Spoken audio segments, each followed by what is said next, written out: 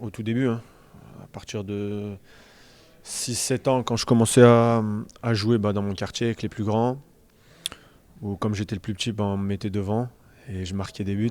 Donc voilà, après j'ai commencé au foot, où là j'ai commencé à plus donner le ballon. Et je me rappelle d'une petite anecdote où mon père il m'a dit si tu veux être pro, il faut marquer des buts. Donc voilà, c'est de travailler devant le but, voilà, répéter les frappes au but, sur les centres et voilà, pour un attaquant, c'est le travail devant le but, seulement ça.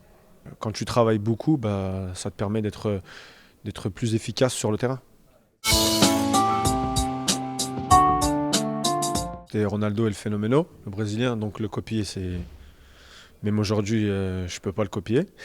Donc voilà, mais j'ai grandi avec lui et puis c'est sûr que je regardais toutes ses actions et surtout son sang-froid devant la cage. On sait qu'il y a l'école, que c'est très important, et on sait que derrière, voilà, on est bonifié avec le football. Comme je vivais dans un quartier qui est difficile, donc voilà, moi j'ai tout de suite dit à mes parents, moi je veux être footballeur, je vais tout faire pour être footballeur. Donc voilà, après l'école était important, que ce soit mes sœurs, ils ont pratiquement tous eu le bac, donc ils étaient fortes à l'école. Moi perso, je n'étais pas fait pour l'école. Après, voilà, je travaillais, mais j'avais tout le temps en tête le football. Mais comme je le répète, l'école c'est très important. Et des fois, il y a eu des moments où c'était vraiment difficile, surtout en jeune. Donc voilà, où on était beaucoup. Et après, voilà, le mental, tu te forges tout seul, hein. Tu travailles, tu lâches pas. Moi, j'avais la chance, il y avait mes parents, mon père et ma mère. Bon, ma mère toujours de mon côté, et mon père pas forcément de mon côté. Donc voilà, je me suis fait un mental comme ça.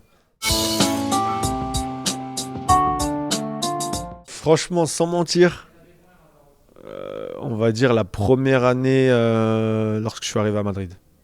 Donc avant, je faisais pas forcément les mêmes choses que je fais aujourd'hui. Donc lorsque je suis arrivé à Madrid, ma première année, là où j'ai vu que c'était un autre niveau, où là voilà, il fallait faire d'autres sacrifices. Et par la suite, je les ai faits. Mais avant, je jouais que au foot. Ouais, des choses comme tu seras jamais professionnel, des choses comme ça, qui peut te faire baisser les bras, mais moi au contraire non, j'ai travaillé pour y arriver. Ce que je peux te donner comme conseil, c'est de croire en ses rêves, de travailler, et s'il a un talent au foot, surtout de travailler, rien lâcher, et d'avoir dans un coin de sa tête voilà, le football et de devenir footballeur professionnel. Après, je dis pas que c'est facile, il y a beaucoup de sacrifices pour être un grand joueur, donc voilà, de travailler.